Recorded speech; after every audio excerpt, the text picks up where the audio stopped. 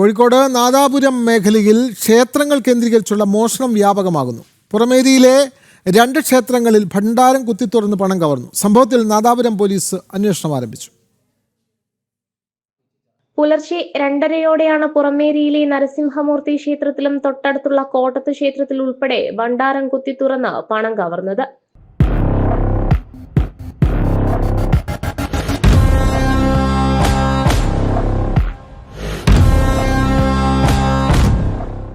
പുറമേരിയിലെ നരസിംഹമൂർത്തി ക്ഷേത്രത്തിലെ വാതിൽ തുറന്ന് അകത്ത് പ്രവേശിക്കാനുള്ള ശ്രമവും നടന്നിട്ടുണ്ട്.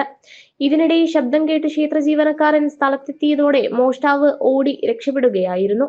ഭണ്ഡാരത്തിലെ മുഴുവൻ പണവും മോഷ്ടാവ് കൈക്കലാക്കിയതായി ക്ഷേത്ര പൂജാരി പറഞ്ഞു. അതേസമയം സമീപത്തുള്ള CCTV ദൃശ്യങ്ങൾ കേന്ദ്രീകരിച്ച് അന്വേഷണം ആരംഭിച്ചതായി നാദാപുരം പോലീസ് അറിയിച്ചു. മേഖലയിലെ വിവിധ ക്ഷേത്രങ്ങൾ കേന്ദ്രീകരിച്ച് ഒരു സംഘം വ്യാപകമായി മോഷണം നടത്തുന്നതായി നാട്ടുകാർ പരാതി നൽകിയിരുന്നുവെങ്കിലും യാതൊരു നടപടിയും ഉണ്ടായിരുന്നില്ല. കഴിഞ്ഞ ദിവസം ഇരിങ്ങണ്ണൂർ പുതിയൂട്ടിൽ ഭഗവതി ക്ഷേത്രം, കൂമങ്കോട് അയ്യപ്പ ഭജനമഠം എന്നിവിടങ്ങളിലും മോഷണം നടന്നിരുന്നു. ജനം, കോഴിക്കോട്.